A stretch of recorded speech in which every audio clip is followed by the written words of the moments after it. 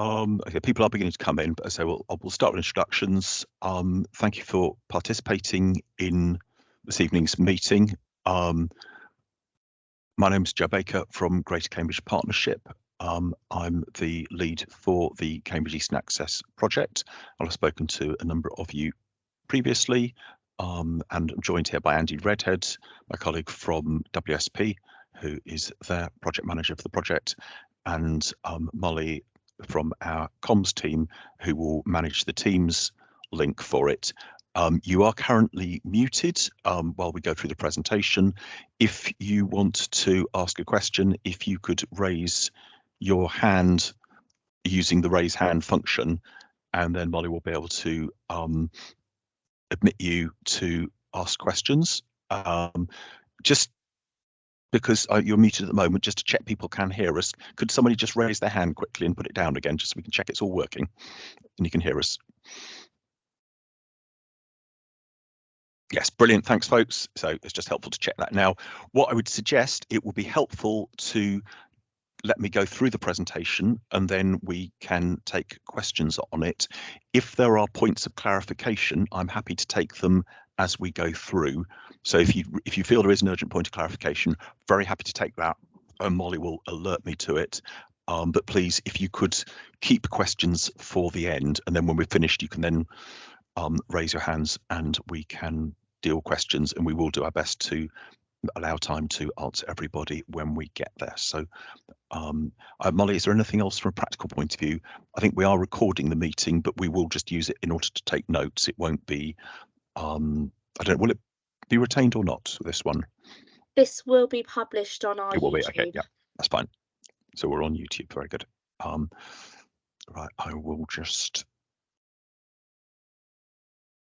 share my slides. So just to reiterate for the latecomers, you are currently muted. If you have points of clarification during the presentation, use the raise hand function. Otherwise, if you could wait to the end and then use the raise hand function, and Molly will unmute people to ask questions as appropriate. So just to kick off, as I think you'll be aware, you'll have seen the consultation launched. This is around the Cambridge Eastern Access project and looking specifically at improvements to Newmarket Road and relocation of the Park and Ride site. Very quick recap. I'm aware people will have sat through a number of these presentations from me previously. So this is to look at a range of options to improve reliability, safety, capacity and speed of sustainable transport connections for those wishing to access Cambridge from the east, but also very importantly, and this has become progressively important as the scheme's gone forward, to improve connectivity between existing settlements and identify best packages of measures to ensure connectivity is in place as those new developments open, really reducing the need for trips to be made by the private car. So why are we acting? Clearly, key radial routes, especially Newmarket Road from the east, have significant congestion already, but local plan growth is likely to worsen congestion if we don't have enabling infrastructure in place for it. We're all aware there is considerable development in the area, not just what's already happening in terms of Marley and land north of Cherry Hinton. There's the potential redevelopment of the Marshalls Airport site, which, as people know, has been identified in the draft of the emerging local plan as potential development. It is already safeguarded. And there's also further activity, particularly around the Beehive and Grafton centres as potential development. So this corridor is one of the 4 identified for the Greater Cambridge Partnership Executive Board for a high quality public transport route, more of which later. So the location, again, people have seen this plan before, but broadly the area we've been looking at is bounded in the north by the A14, the south down to the railway and Mill Road, Coldham's Lane, west into the city and out as far as the Quay interchange. So that was the area we've always really been working in, but obviously people will be impacted by this travelling from points further to the east. In terms of the story so far, again, some of this will be very familiar to people. We have done 2 previous consultations. In 2020, we consulted on short-term improvements to walking, cycling, public transport on Newmarket Road, longer-term improvements to public transport around the airport site, and also upgrades to the Cambridge to Newmarket railway line. And we revisited in 2021 those consultations, again, with a particular focus on the improvements to Newmarket Road and the relocation of the Newmarket Road Park and Ride. as we've said on a number of occasions, the potential busway through the airport site is being picked up as a part of that development. That will come forward, but that will be very much part of that master plan, assuming the site is finally allocated for development. And the upgrades to Cambridge Newmarket railway line is something we continue to discuss with Network Rail and potentially in the longer term East West Rail. Some important points that came out of the previous consultation: a lot of concern about the retention of trees on Newmarket Road, questions about the location of the park and ride and whether we'd chosen the right site. Both of those points will come back to the presentation. I'd say there were different views about Elizabeth Way, quite polarized. Some people strongly feeling we needed to do, as we've been proposing, something that really changes it, makes it a lot more of a secure junction, which gives much more priority to pedestrians and cyclists and creates a much more secure environment.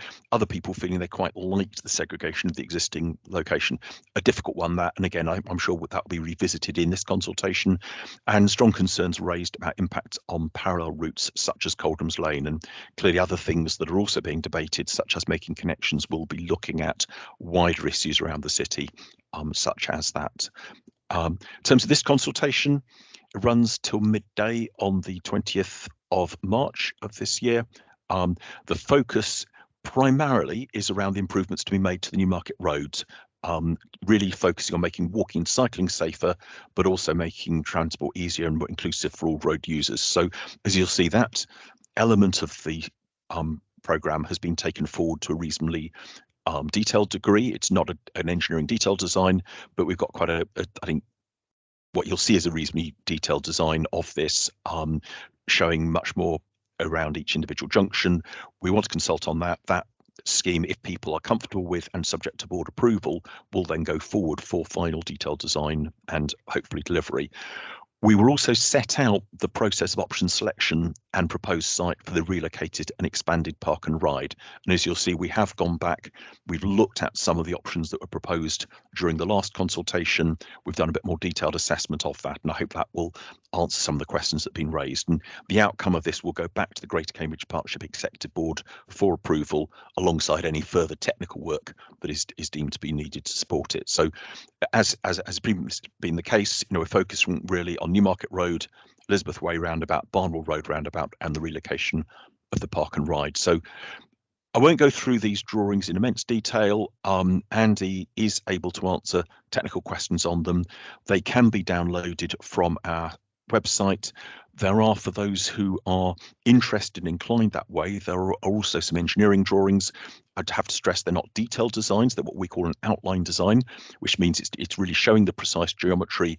There is further work to be done before we get to a fully worked up detailed design, but they show, as you can see, a significantly higher level of detail than we've had previously. So showing the layouts of each of the junctions, where crossings would be, and that particularly is important, I know, for many of the side roads, showing exactly where we would have the pedestrian areas, cycle areas. Importantly, we're also showing, in terms of the trees along the route, what we're calling existing trees, which are to be retained. There are a few trees to be removed, and you'll see, for example, at Elizabeth Way, where the roundabout is to be dug up, clearly there'll be trees lost. There are also what we've called proposed trees, which are yellow root trees, and there are a few places where we're in green where we're replacing potentially existing trees. So it gives you a lot more detail. It's probably fair to say, with the existing trees, we will be doing further work around them, understanding where their root systems go. There is always a risk when you're doing engineering works that it compromises a tree, but our arboriculturist is engaged already looking at those trees. We'll be looking at the root systems, and clearly the aim is where we have existing trees that we will be retaining those. So I say significantly greater level of degree of detail in these drawings. You can download them from the website. We will have boards showing them at the public consultation events that we do, but as I say, also happy to take some detailed questions on them as we go forward. Second section, and I'll come back to the two main junctions in terms of Elizabeth Way and the Barnwell Road. And again, you can see as you look along these, we've got some clear definition of both cycleways each side of the Newmarket Road and where the footways would be outside that. So there'll be segregated facilities. It's worth saying the bus stops will be what we're calling floating bus stops, which mean that the cycleway is a continuous one, and we don't have the situation that's often been there in the past where you have a great cycleway and then you hit a bus stop or something and the cycleway just stops. There is one location by the Abbey Stadium where there just isn't enough space. But apart from that, in general, it is continuous. And where there is space as well, we're also providing what we call SUDs, or sustainable drainage. You see these turquoise areas where, rather than just having sort of hard concrete drains, we're putting areas of planting where water can drain away, and that clearly creates a bit of an improved environment, and in some cases, further planting opportunities. So this section of the scheme takes us out as far as Airport Way. And again, as you can see, once we get past the Marshalls site, there's more space for us to play with. We have sections of bus lane along the scheme. We can't fit bus lanes all the way along. I think it's something we've probably talked about in previous events. There simply isn't enough space, particularly on the section of the scheme from Barnwell Road to the Leper Chapel. And as a priority and reflecting the council's adopted hierarchy of road users, we have got a focus on ensuring that cycling and pedestrians are prioritised all route. We then have public transport options where we can fit them in. So that gives you an idea of the layout. Just going to the junctions, so you'll see more detailed drawings now of Elizabeth Way and the Barnwell Road roundabouts. There have been a few changes made to those layouts since we consulted previously, taking on board feedback from the previous consultation. But also in terms of Barnwell Road, we've been working closely with the City Council and their regeneration team, who are looking at the regeneration of East Barnwell. And whilst there is still further work to be done, people may well be aware they've recently been consulting as well on their proposals.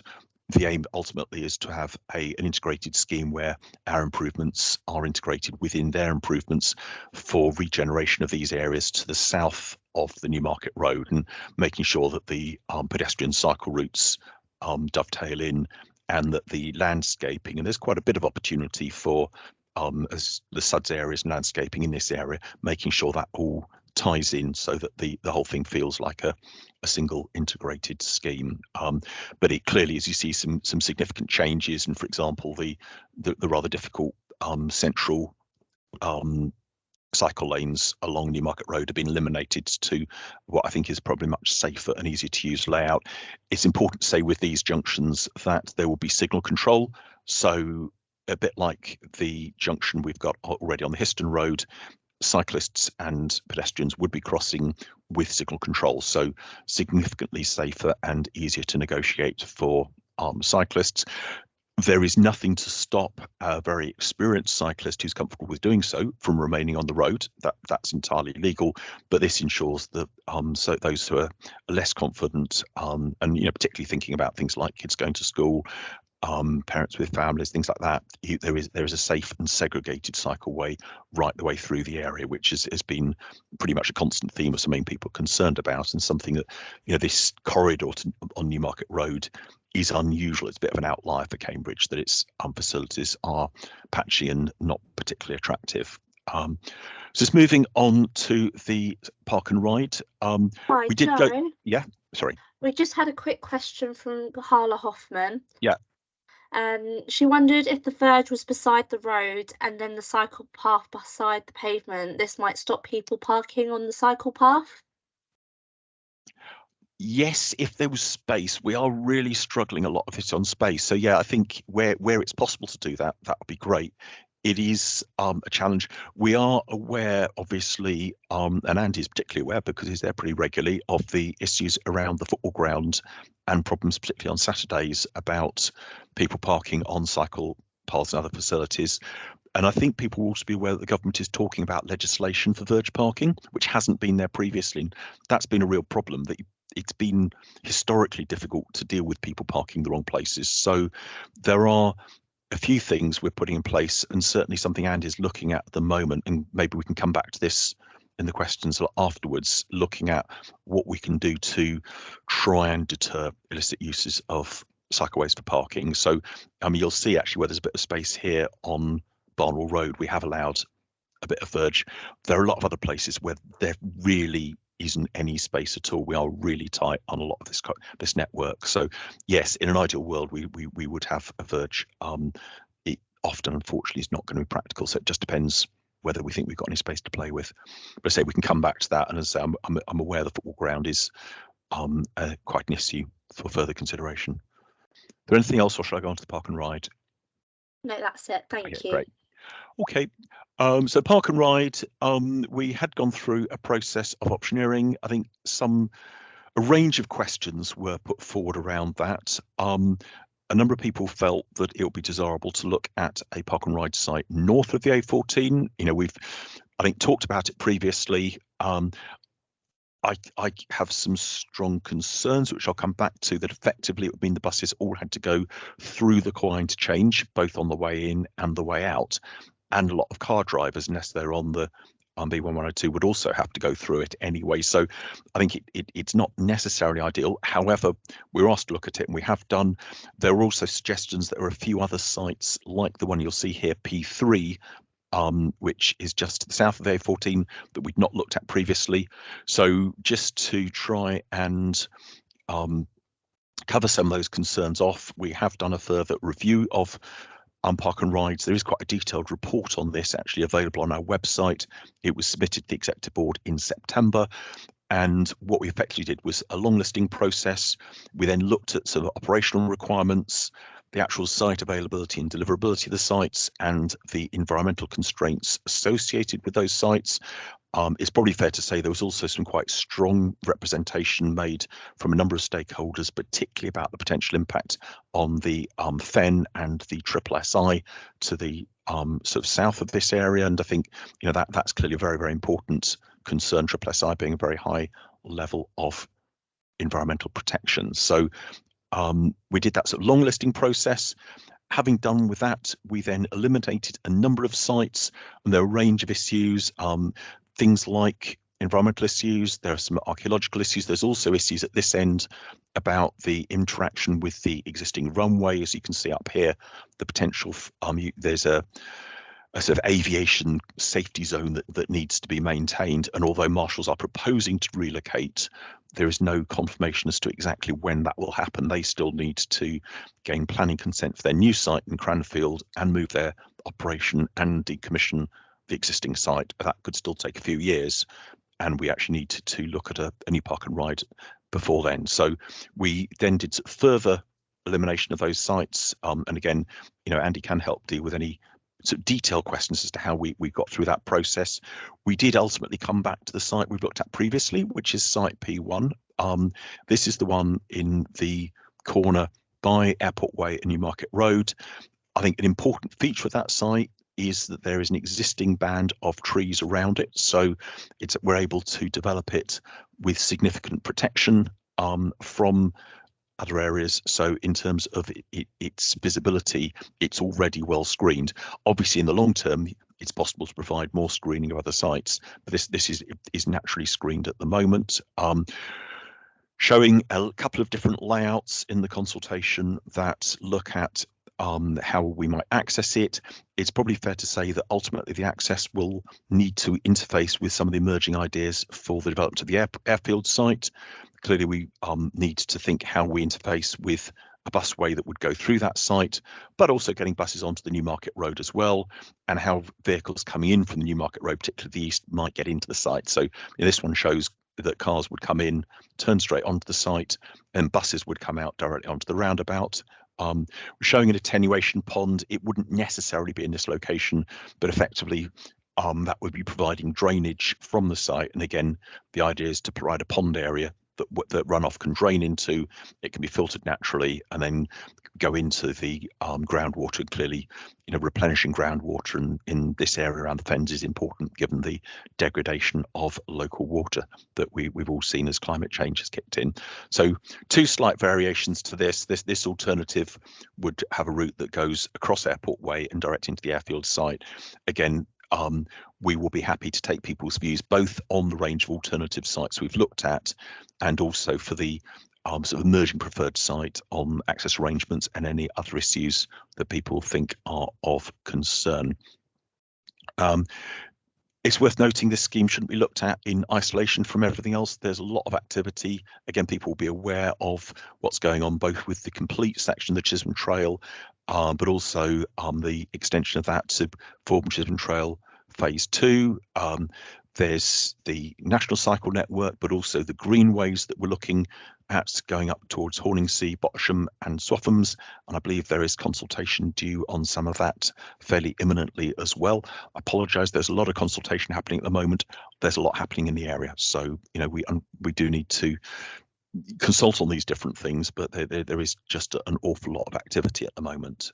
So this scheme does sit within a context of a range of other things, and as we've always said, there is a bigger picture. The Phase B options for a high quality public transport scheme out along towards Newmarket Road, the Park and Ride, would feature as part of our longer term, so what we call the 2030 network.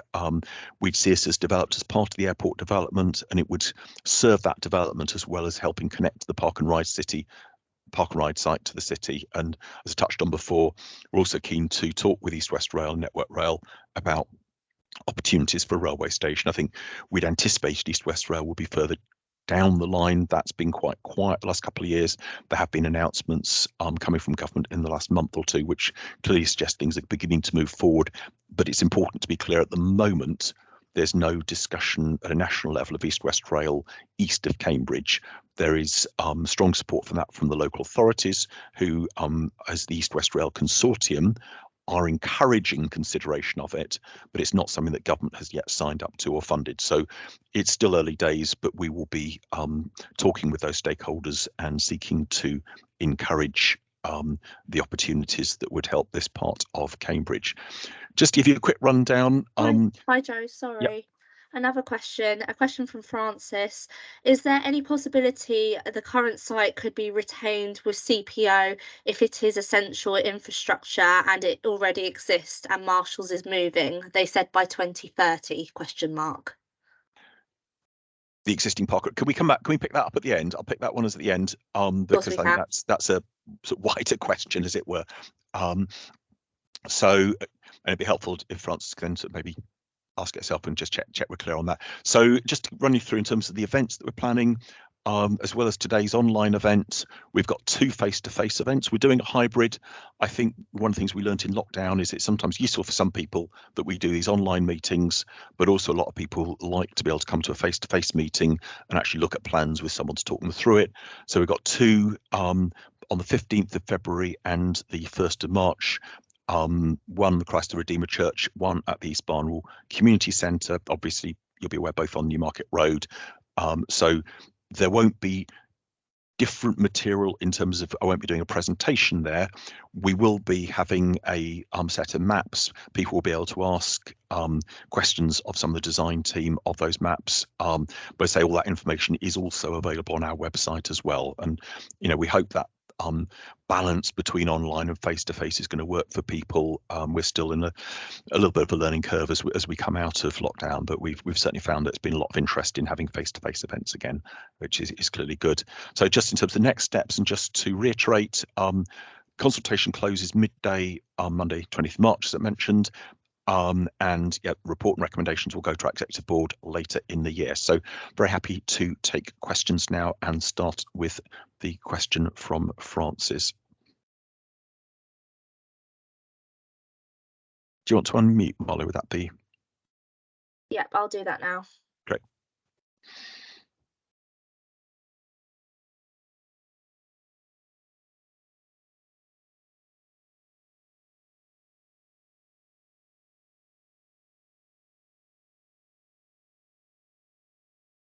So, sorry, bear with me one moment. Okay. I mean, the question, I think in that case, the question was around the existing Park and Ride and whether we could CPO it. So the existing Park and Ride site is allocated for development as part of the airport development. It's also limited in size as well. So we are constrained with what we could do with it. But it is owned by Marshalls. Could you CP? In theory, you can CPO anything, but you would need to demonstrate that there are no alternative sites available. And I think in this instance, marshals would be saying very clearly, well, there is another site available.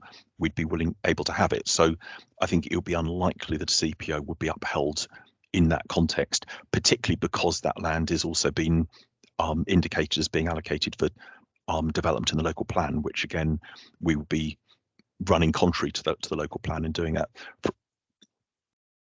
I don't know, is there anything further background you want on that, Francis? Yeah, I don't know if you can you hear me? Yes, we can. Yes, thanks. Okay. No, it's gone to mute again. Is that better now? Yeah, that's fine now. Yeah. Okay. Normally, compulsory purchase orders are done before there's any development. In this case, the development is already there. The park and ride is already there. So it's a slightly different case to a normal compulsory purchase order. But I would have thought that it would be possible to do that, and it would actually save quite a lot of money.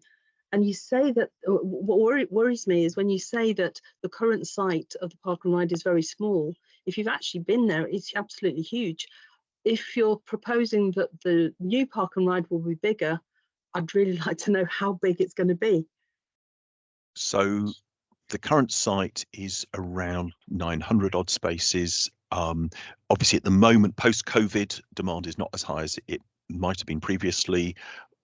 With some of the changes that proposed for Cambridge, both in terms of the ongoing and as well documented rapid growth of the city, some of the changes that we're proposing in terms of ultimately encouraging further walking and cycling use of public transport to the city, but also other matters such as the likelihood that there'll be people wishing to park to use sustainable modes to access the airport development, and also trying to address some of the concerns. So, for example, a lot of concerns addressed locally about the impact of the football club, and a strong desire to see people parking away from the Barnwell area, and the park and ride being the obvious location to be directing people for parking. So there are a range of pressures on growth. In terms of the scale, as you'll see, I think it's fairly clear to see on the maps, you can see the field that's in the sort of apex southeast of Newmarket Road and Airport Way, and so it's within that field. So it is a bigger site. It's not covering vast swathes of East Cambridgeshire, but it does give us capacity to grow given further things that will be developing as the city develops as we move forward.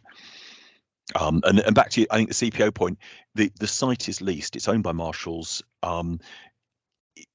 Because it's likely, effectively, because it's likely to be allocated for development, marshals would at that point quite rightly be wanting the development value of the site, which would be very, very substantial. So we could CPO it, but we would have to pay compensation to that cost. I think it would be difficult to justify. And as I say, given that it's not particularly suitable for the long term, I think it'd be hard to actually argue in favour of a CPO.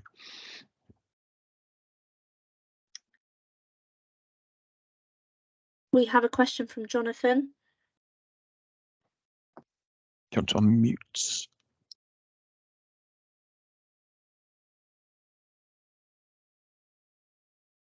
Jonathan, you should be able to unmute your mic. I think I have. Yep. If the congestion charge doesn't go ahead, you don't need a massive new park and ride site. And if you are going to build the park and ride site for congestion charging, then the cost of the expanded park and ride site should be included in the cost of congestion charging. So we concluded a consultation on making connections and the possible congestion charge at the end of last year, and we're still ploughing away through a very large number of responses to that. That was one proposal as part of a wider package of proposals around the city. So that was one thing. We were looking at better control of parking. We're looking at a network hierarchy review to deter car usage of the city. So congestion charging was just one aspect of what's happening in the city. And the actual growth in the city, the growth in demand for sustainable transport is a parallel process. Whether or not there's a congestion charge, we are looking at the way the city would develop for the future, and we will be looking for it to develop in a way that is less car dependent. Whether or not that is directly linked to a congestion charge, So I think the need to enable growth and encourage more park and ride happens whichever way we look. You haven't answered the question. I'll ask it again more simply. If congestion charging does not go ahead, you do not need a massive expanded park and ride site, because the existing park and ride site is small enough. It's only half full ever. Well, at the moment, post-COVID, clearly demand is down. We are looking, I did answer the question, and I will reiterate, as the city grows, we will be looking to encourage more sustainable transport usages. So we will be encouraging people, if they do not go into the city, or they need to go into the city, that they will be leaving their cars and using alternative modes going in. You know, many people have been saying, for example, an alternative to congestion charge, workplace parking levy. That's not something we're looking at the moment, but you know, it's one of the other options I know a lot of people are proposing. Similarly, we'll be looking at residential parking zones, again, to try and deter what happens at the moment where people park on residential streets where they shouldn't necessarily be. So we will be looking to discourage car usage in the city centre and encourage people to use alternative modes to access the city, which are cleaner. So in any event, we will be looking at the likelihood for more people using park and ride. That was what I did try and explain previously. So is there other questions coming through? James, do you want to? James. Maybe just unmute everyone. That's probably easier. Yes, James, carry on. James? Oh no, is he muted again? Molly, could you unmute everybody? I think it'll probably be easier, and then otherwise it's. Hi, everyone is unmuted, Okay, so great. he should be able to unmute himself. It looks like looks like he isn't for some reason. James, are you able to unmute yourself now? Yeah, I can now. It wasn't giving me an option before. Okay, sorry. Yeah, Joe, just a question. If the Barnwell roundabout is made signalised, I don't know if you've done any modelling to just indicate whether that might result in longer traffic queues or increased vehicle waiting. And I think as there isn't a bus lane there, whether that would have implications for bus journey times. It won't necessarily in the short term help bus journey times, I think it's fair to say. We are looking, you know, to say we can't fit everything on the roads. And at the moment, we've got a situation where non-motorised modes really can't get through. It's very difficult. So in prioritising pedestrians and cyclists and making it safer, and it certainly isn't in the short term going to be an environment which is helping in terms of congestion. We are looking to deter car usage into the city centre, which I hope is an objective you'd be supportive of, and in the long run, as I say, you know, encourage more people to park and ride instead. So, you know, I think as has been the case in cities up and down the country, that is the direction of travel. So short term, there may be congestion, but the aim is to provide viable alternatives which don't exist in order to encourage people to access the city in different ways.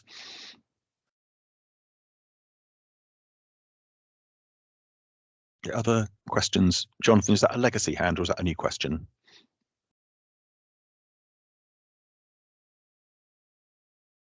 We have a question from Colin. Colin. Do you want to unmute yourself, Colin? Thanks. A quick question on modelling, because I noticed once again that the study area stops at the Quay interchange, but GCP includes Quay because Quay is part of South Cambridgeshire. So I wonder if you could say a little bit about the modelling work that you've done on the consequences for congestion on the Quay side of the of Junction 35 interchange from these changes, particularly, for example, the impact given that you'll have more buses coming through. Well, we won't necessarily have more buses coming through as a result of this. I think Jonathan referred to the Making Connections proposals and road user charging, and part of the purpose of that would be to improve bus services and provide more buses. So there might be a few more buses, but you know, adding a few buses on to a roundabout doesn't make a huge difference compared to the thousands of cars that you get an hour anyway. In terms of the Quay interchange itself, that's part of the National Highways network. It is a congested junction. National Highways run a series of improvement strategies that they publish basically like a 5-year plan. and they typically look at their network as a whole and work out what their priorities for investment are. I'm sure Kwai Interchange will be one of those junctions that they're looking at to see when it might be timely to improve. But I think in terms of what we're looking at, it's unlikely that it would be significantly impacting on the amount of traffic coming through Kwai. And certainly National Highways will be looking carefully at what we do. If they think we're doing something that's actually adding pressure to the Kwai Interchange, they will be very quick to point that out. So at a strategic level, we're using our sub-regional model to look at this, but as I say, we're not looking in detail at Kwai, because that's something really that National Highways will take forward on their own way if they wish to. Well, that's true of the interchange, but it's not true of Kwai itself. I mean, it's not true, for example, of the B1102. So if you ended up choosing one of the sites that is on the north side of the A14, that would have very, very significant implications for the traffic coming through Kwai. Absolutely. So I'm just really wanting assurance that you're modelling. I've not seen any traffic volume tests happening in the village, for example. So just to be clear, we added an assessment of those sites in because there was a lot of pressure that we should do so. We looked at those options, but for the sorts of reasons you flagged up, as well as things like proximity to the village and the church, which is grade 1 listed, that was why we've ruled those sites out. So we're not proposing to take those sites forward. We looked at them because there were some people, I think, further up the B1102 were very keen that there was a park and ride on the north, and we were asked on a number of these previous events, why hadn't we looked at it? We have now looked at it, but yeah, I would agree with you entirely. I think it would be hugely problematic, and the issue of buses having to go both ways through the interchange on every route would be really difficult, particularly at peak times. As you know, we've been looking at an alternative travel hub down in the southwest of the city, and they're potentially looking at a bridge in order to avoid that situation. But the cost of bridging over the A14 is not something we're particularly looking at doing as part of this proposal. So I agree with your point entirely, but that's really why we've ruled out that approach. Thank you. Any other? So both Colin and Jonathan, you've got your hands up. Jonathan, your hand is still up. Is that there as a legacy?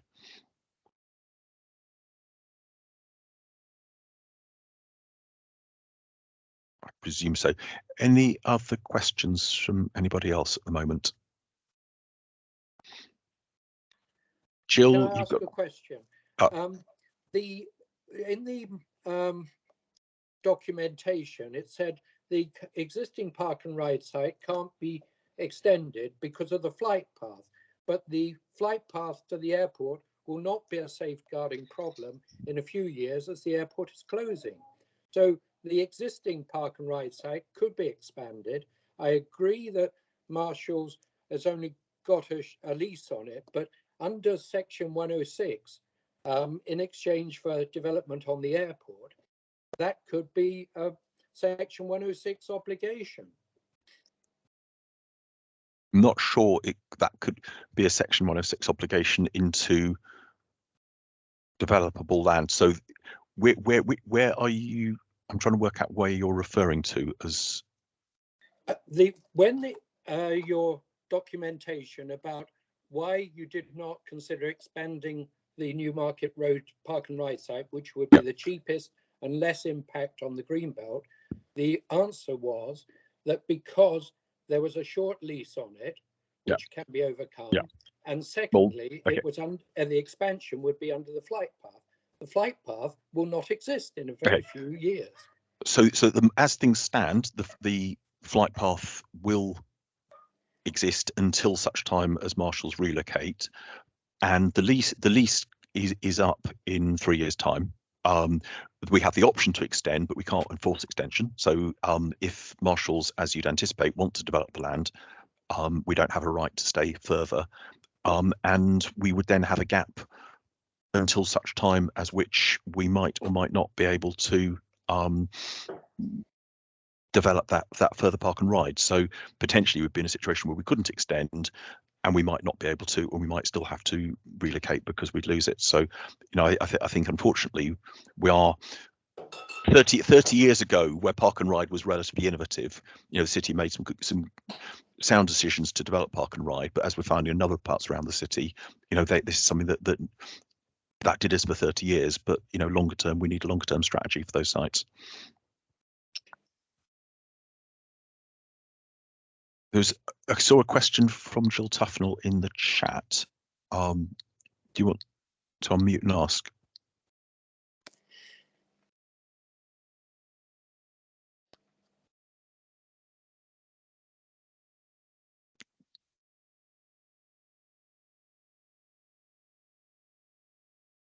Yeah. We also have a question from Rob in the chat, Rob Sparks. He's assuming that a large part of the intention is to improve the bus travel times.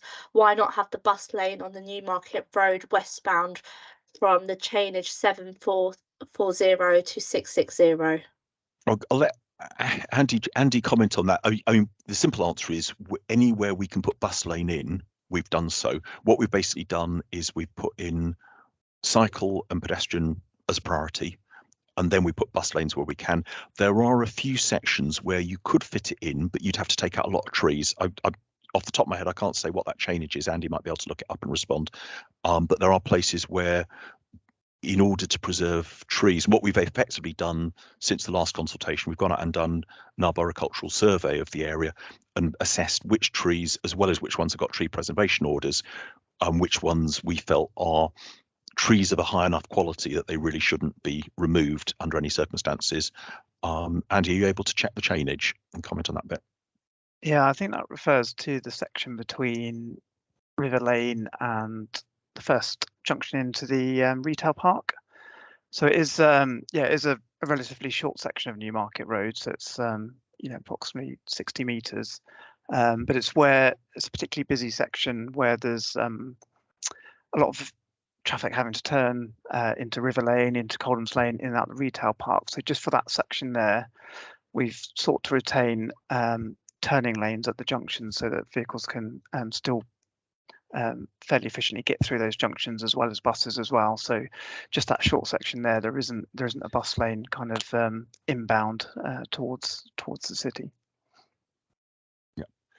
Can I come back to my question? Sorry, I wasn't. Yes. I was muted. It's about outlining improvements to the River Lane, Newmarket Road, Coldham's Lane junction. I don't really understand what's proposed. At the moment, it can be absolute chaos with the stationary traffic trying to go eastwards along Newmarket Road.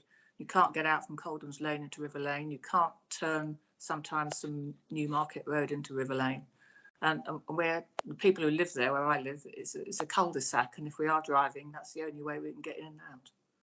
Again, I'll let Andy come back on that one. It's worth adding with both these questions that the area around the Beehive Centre, as you know, there are proposals for changes, nothing committed at the moment. So we are starting to engage with that developer as well. And it may well be that there is further changing needed to make sure that whatever we do ties in with what goes on there. But Andy, do you want to comment on River Lane as well?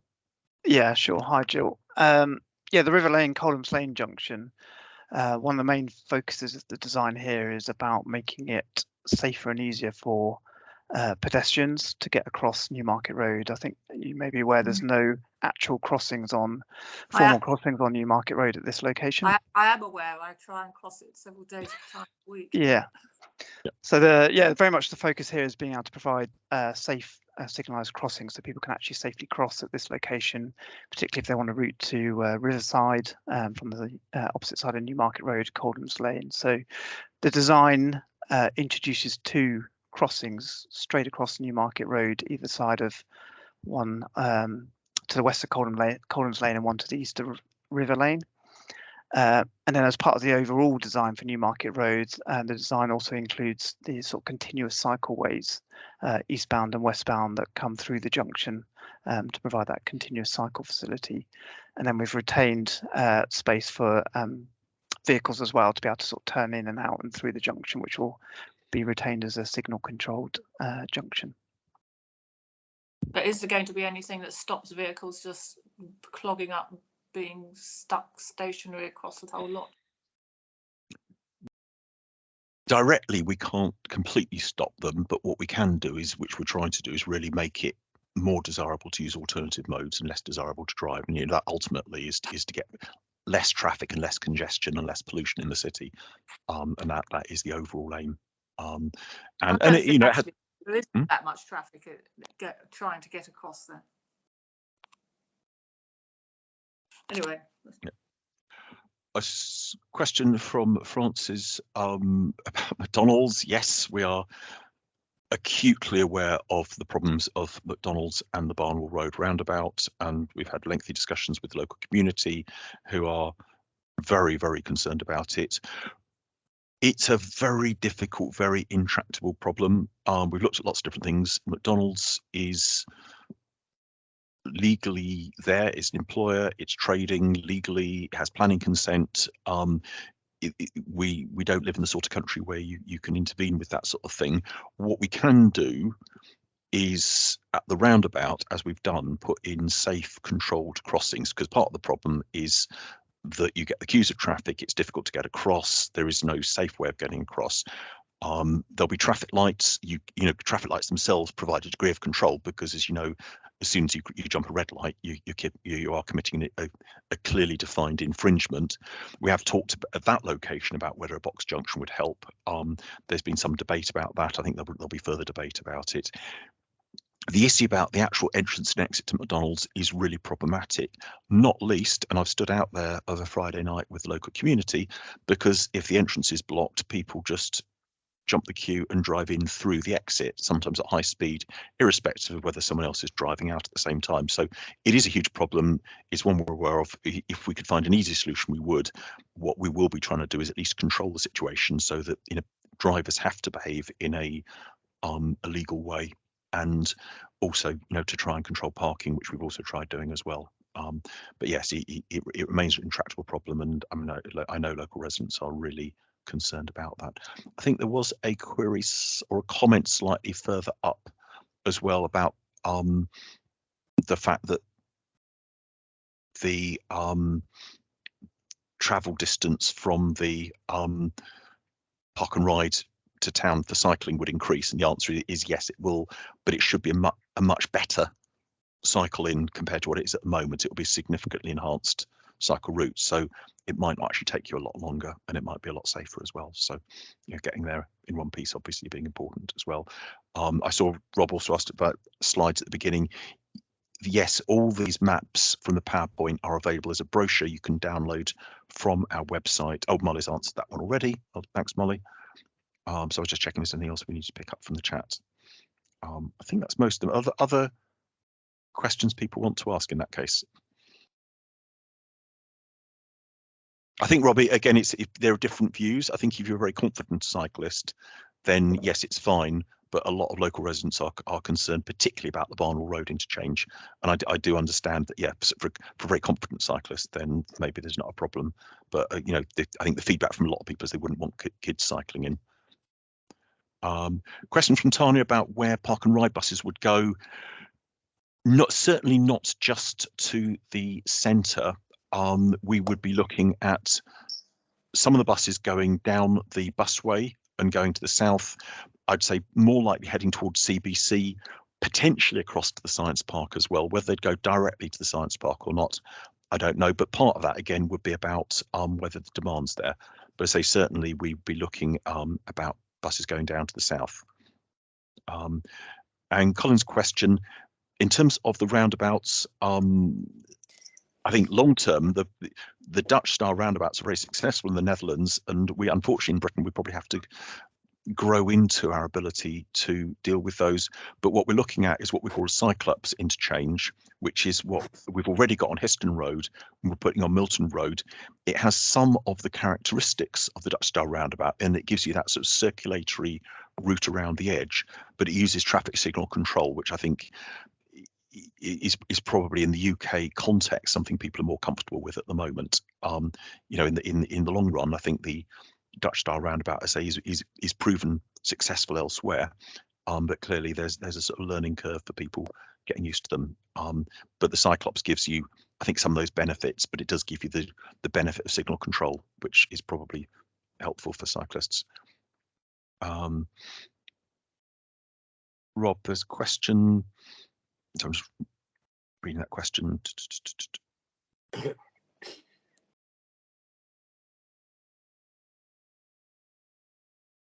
What's just prevent cyclists from using the footways? Okay.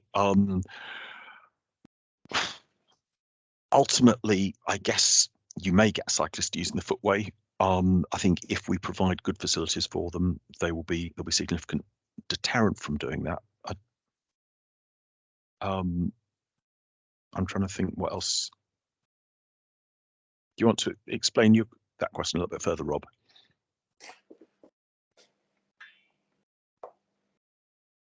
Rob Sparks.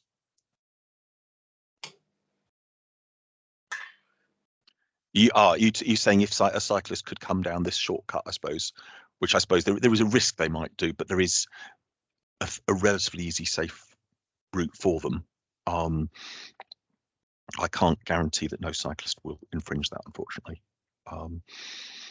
Yeah, and I would add, Joe, I guess the kind of the nature of the design, that the cycle tracks are all naturally lead into the junction, and then you'd follow naturally around the junction to your exit. I think it all works together as a well integrated, well joined together network. So it would naturally be, if you're cycling along the cycle tracks on Newmarket Road, it'll just lead you straight into the junctions rather than sort of bumping up a curb onto the footway.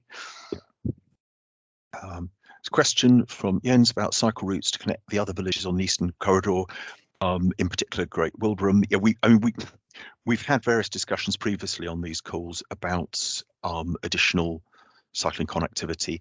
As things stand, we are in the throes of the current Greenways programme, which in terms of the east, we are looking at Horningsea, Bottisham, Swaffhams, and also for the south out to Fulbourn. That, as part of the 12 routes we've got across the city and Chisholm Trail, is a significant amount of cycling infrastructure already. And being very blunt, actually getting that lot in is quite a significant ask. I would hope we get this first network of greenways in, that there would then be more. People have talked about, things like having further routes between some of the greenways. Yes, I would hope then extra bits would start joining those up. Certainly where there are things like new housing going on, you can see Section 106 agreements getting developers to provide extra bits, and that's already happening out on the west as well. So yes, I hope in the long term, but right now, having done quite a lot of prioritisation of the green routes, our real challenge is actually to get the first 12 greenways in, and so that's a priority for now. Can I ask a question about all these buses that are planned from the surrounding villages, from the park and rides, and particularly if congestion charging comes in? Where are the buses going to go? Because Cambridge is a very small city. Drummer Street is already extremely crowded and dangerous. So where are you going to put the buses that you're bringing in from the villages and the park and rides? So some buses will come in, for example, from villages, even is that there may be some local services that will come into places like park and rides and change there. Others will go into town, but as was referred to earlier, one of the issues is people don't all want to go to Drummer Street, and a lot of people want to go to places like the Science Park, to CBC. So the aim is that buses will be going to different locations. They won't all just be going to Drummer Street, and actually that's been a very strongly expressed concern by quite a lot of people. So they'll be going for a range of different destinations. Joe S, I'm just looking at the question. Do you want to just explain your question? Then hopefully I'll get Andy to answer it once you do. I think I know what Joe means, but yeah, welcome to. Oh right, if you're happy, Andy, speak yeah. Out. But yeah, the question is sort of integrating the scheme with the Chisholm Trail. So I think specifically if someone's cycling westbound along Newmarket Road, so towards the city centre, how would they access the Chisholm Trail? So what we've sought to do with the design is that people will be able to continue on street on Newmarket Road, so not having to sort of divert onto a narrow footway. You'd be able to use a segregated cycle track inbound, continue over the railway bridge, and then we're proposing a new Toucan crossing just to the east of Garlick Row. So if you're travelling inbound to Cambridge on your bike, you'll be able to go over the railway bridge in a fully segregated cycle track, come off, cross at a brand new signalised crossing, and then route along Garlick Row to join Riverside, and also route back to the Chisholm Trail as well. And also there's also the access to Chisholm Trail just using the existing crossing facility that's being retained close to the Abbey Stadium as well. So people will be able to, again, if you're travelling westbound on Newmarket Road, come off at the existing Toucan crossing, and then there'll be a very short section of shared footway to access the ramp down onto the Chisholm Trail as well. So it's kind of 2 points of access really between Riverside and the trail to go north and south. And just I'm picking up Tanya's point about greenways going on to Burwell. As I say, I think our hope, we've got a significant ask at the moment to deliver the greenways programme as it is. With significant housing development, I would be hopeful that developers would be encouraged to put in Section 106 funding to provide additional infrastructure. It would be great to see a developer then pick up the cost and some of the work needed to link from Swaffhams to Burwell. You know, I don't think anyone sees the greenways network as the end game, but it is a really significant investment in cycle infrastructure as it stands. So, you know, hopefully then it becomes possible for developers and the other local authorities such as East Cambridgeshire to provide additional infrastructure that ties into that network. And I'm sure future generations, whether it's GCP or whatever structures there in the future, will look at additional extensions to that network. But as I don't want to underplay the challenge of actually getting that first set of infrastructure in, but that will give us a really good starting point to build from. Thanks for the additional point you've made, Molly. So it's about 7 o'clock. Very happy if there are other questions, but as Molly says, we can also deal with them later or through the other events. Further question from Jill about the Abbey Street pedestrian crossing. Thanks, Carlton Agent. Thank you. Thank you very much, and thanks for everybody to come in another time. Bye. Thank you. Yeah, do you want me to talk about yes, please. Yeah, Jill. So, yeah, there's been a lot of sort of debate about the Abbey Street Toucan crossing, which is at the moment, which means it can be used by pedestrians and cyclists. One of the issues we've been aware of that this causes is when cyclists want to cross the existing crossing and then head back towards Elizabeth Way to access Abbey Road in the Riverside, and that involves cycling and pedestrians mixing on a very narrow section of shared use path where the existing bus stop is.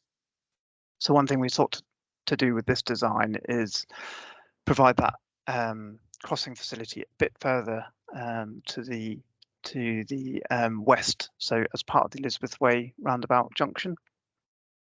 So the idea there is then that actually the majority of people who use that crossing are heading towards Elizabeth Way and Abbey Road from sort of analysis that we've done and data that we've gathered. So by shifting the junction and incorporating as part of the Elizabeth Way junction, it makes it a much more direct crossing for the main sort of desire line of where people want to travel to and from, and it also allows those pedestrians and cyclists to be segregated so they don't have to mix on what is currently a very sort of narrow section of shared use path. So it's overall we see it as kind of an improvement to the facilities and sort of better facilitating the main desire lines of people where people want to go to and from between Abbey Street and Abbey Road and Elizabeth Way. Thanks, Andy. Any other final questions? Otherwise, we'll close that for now. As I say, there are the two face-to-face events and ample opportunity to ask us other questions as we go through the process. If there's nothing else, then thank you everybody for your time this evening, and I hope that's been helpful. As I say, you can download the brochure from the website. There's the questionnaire as you'd expect, and also there are some more detailed maps which again you may want to have a look at, and we can always deal with questions on those as had a chance to examine them further.